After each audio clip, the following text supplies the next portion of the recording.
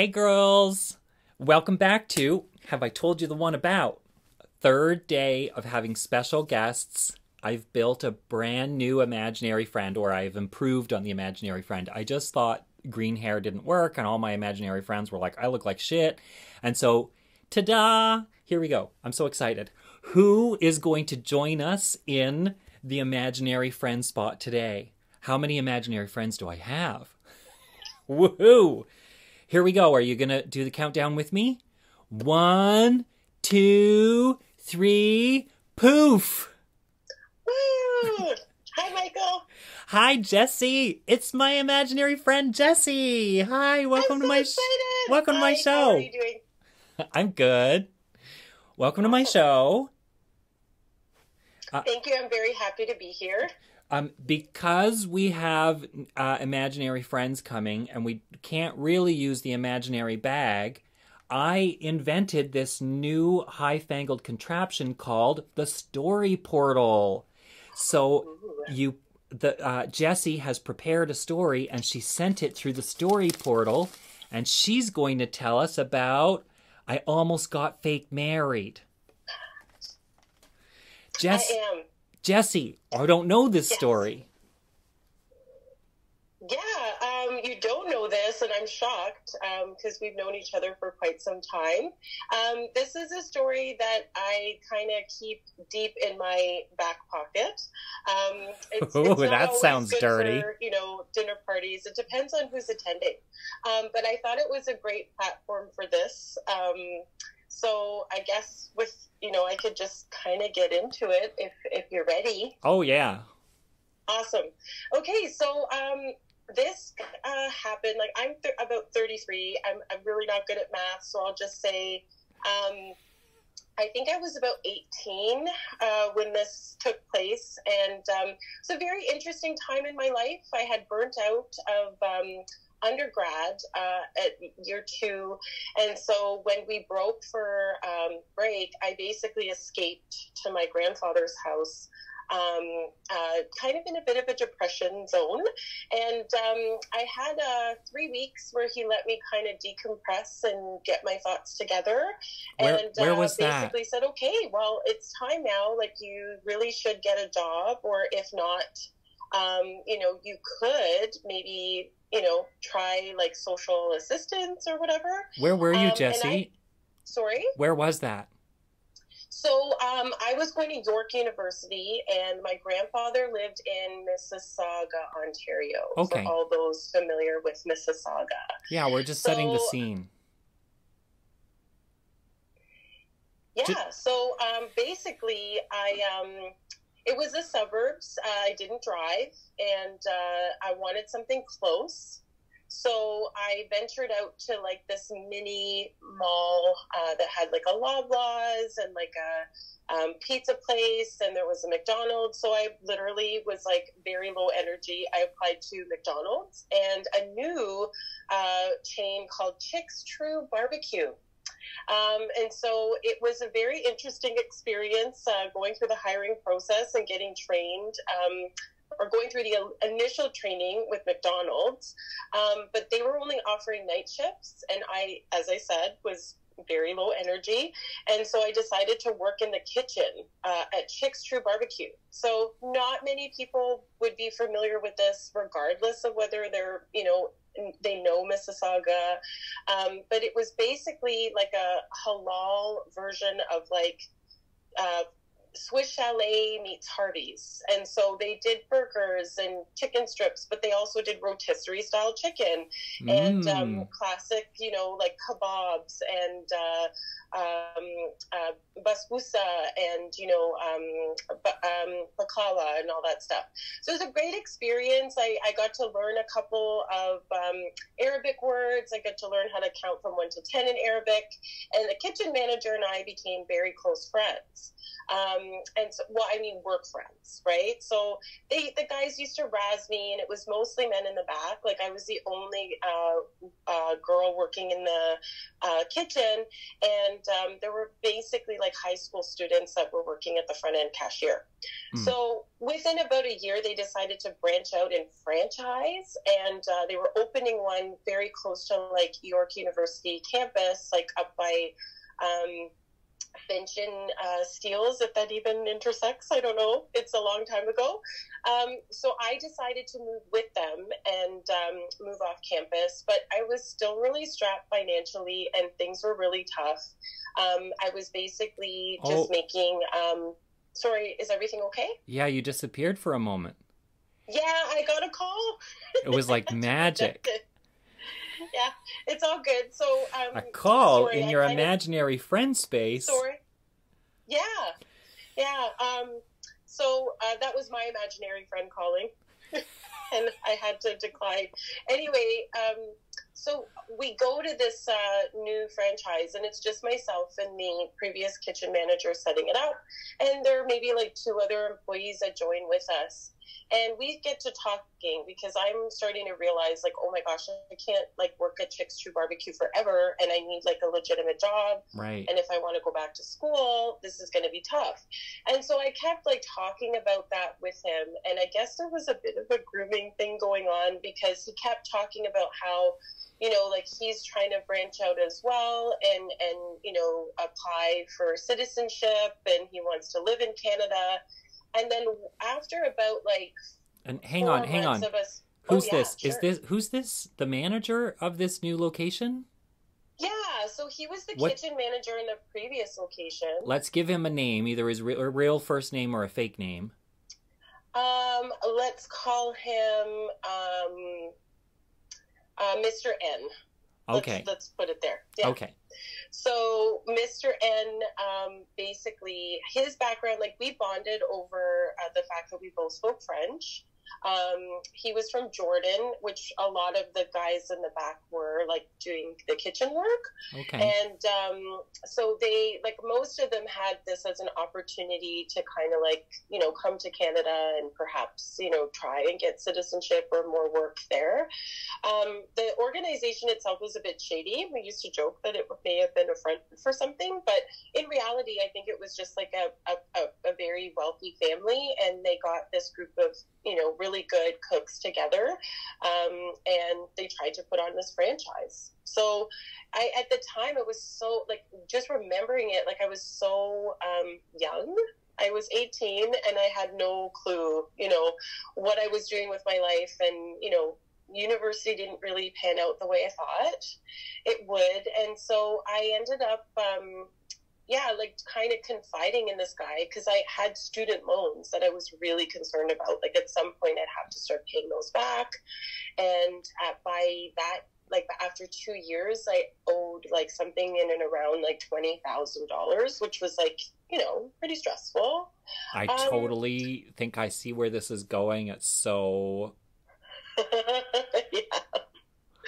Yeah, so I kept talking about it, and I think I may have gotten even my first letter from like OSAP being like, so you're not in school anymore, like this is what the situation is. And I kind of freaked out, and he's like, Jess, like, look, I have a suggestion, like, why don't you just think about this? Like, I, you know, was already thinking of doing my citizenship, but the process is really long. Like, why don't I cover your, you know, university debts and then help you with the rest of university, and we just get married, and that way, like, I get my citizenship, it'll be much easier, and you know, we'll just have that arrangement until you finish university, and then, you know, we'll go our separate ways. Like, it's not really going to be a real marriage, but whatever, we'll try it out. And honestly, like, I want to say that I pride myself on being like super, you know,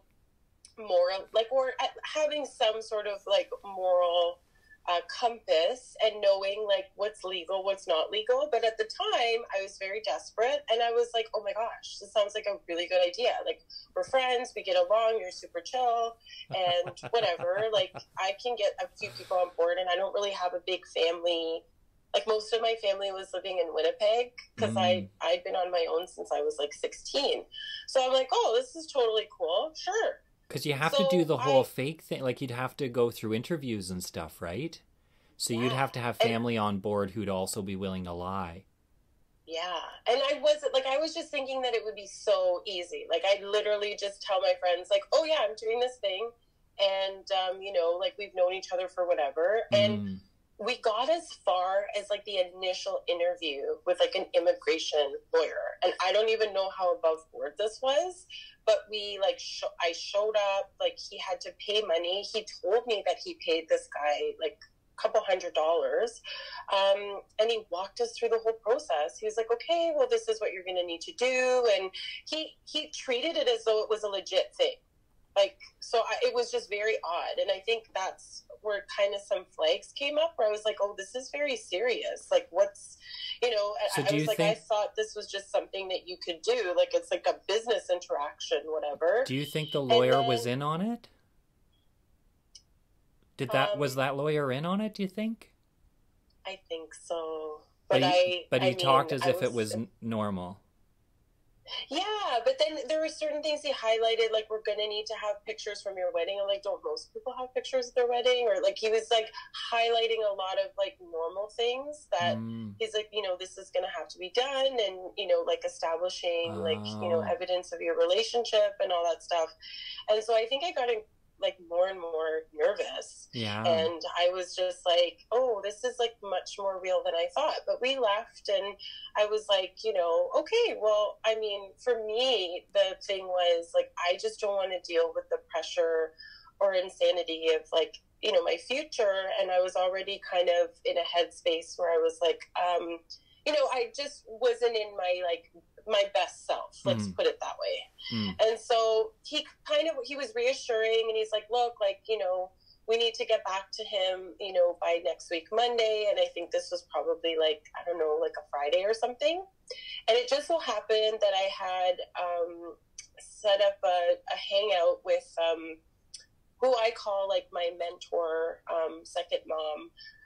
Her name is Jackie Walker, and she's very sweet. And we had a hangout that was already scheduled. I was going over to her place for the weekend. She lived in Oakville, and she's a kind of religious. Like she's a born again Christian. But basically, her and I were just catching up, and I was like, oh, well, this is the next, development in my life. I'm getting married, and, he's going to pay for my university costs or whatever. And I think it's a really good arrangement. And she kind of had this, like, internal meltdown and just asked me a couple of questions like, do you realize that this is not legal? And do you understand that, you might be financially responsible for someone, like, or not might be, but you are financially responsible for someone when you get married?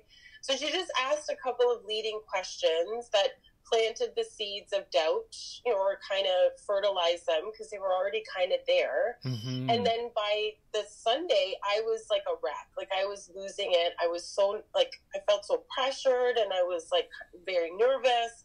And so I called my grandfather and I was like, Grampy, I need your help. Like I felt guilty. I was like, I have to say no to this person, but I promised them I would do this. And so he gave me some really good words of wisdom. And he's like, well, first of all, we've established that this is illegal. So regardless of whether you feel that you have any obligations or you're concerned about your word, you're an 18-year-old, and he said, in my opinion, child. And I believe that Mr. N was about like 4 or 5 years older than me at the time, which is not like old, but still. Yeah, you're way more established in the world. Yeah. So basically, my grampy helped me make like a very important decision that I think really impacted like the rest of my life. And he offered to be on the call, but I decided to do it on my own. And I just called Mr. N up and I said, look, I know we're supposed to do this thing tomorrow and I am so terribly sorry, but I can't do this. Like, and my grampy kind of gave me some keywords to use. I'm like, look, I have a family. I know that, some of them are like, I don't live with all of them. And I understand that I might seem like I'm all alone, but I realize that I have other options, and I'm just too, like, I'm worried about the potential consequences if we get caught. and it's just too much of you to ask me. Like, I can't, you know. And he was actually pretty chill. I was worried that he would freak out or, you know, get upset, but I think he was like, no, I get it. Like, obviously he was disappointed, but he never pushed back or anything. So not a very, like, climactic story, other than, you know, it was kind of more sobering, and it kind of helped shape me in terms of how I approach things moving forward. And so, you know, now we like look back on it, and every now and again Jackie's like, do you remember when you almost got married? Like, potentially could have, like, I don't know, because she was like, you never know what could happen. Like, maybe this is just a friend, and he is super serious, and you get stuck with this person, and you never know, right? Like, how things could go.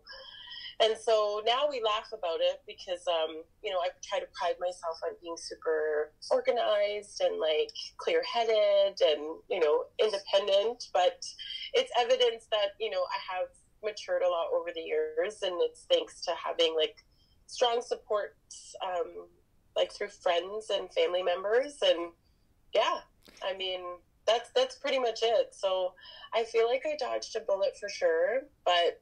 And you learned this valuable lesson. Yeah.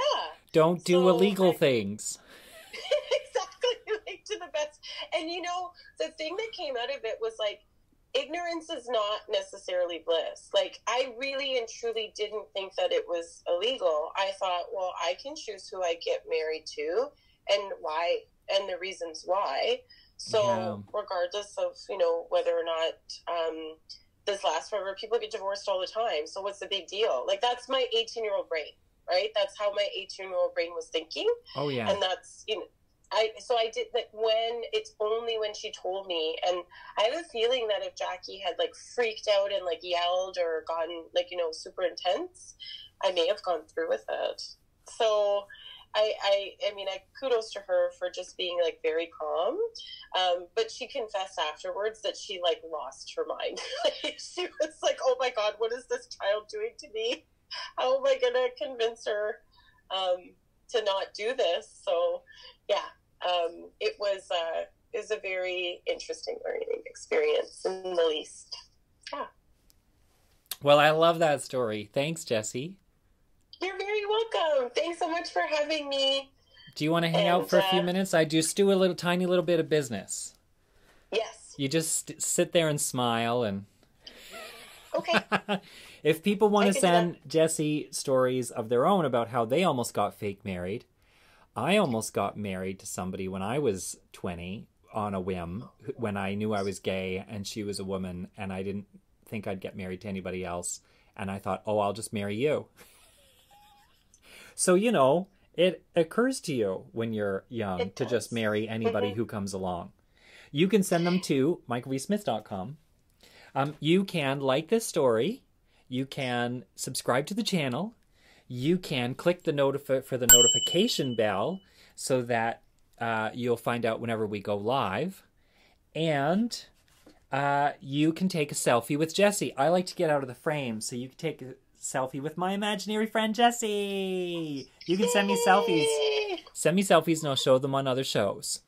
Okay, well, we love everybody. We'll see you again. Do you want to give us a big kiss, Jessie? We're going to throw a kiss out to the world. Yes. Thanks. Bye, everybody.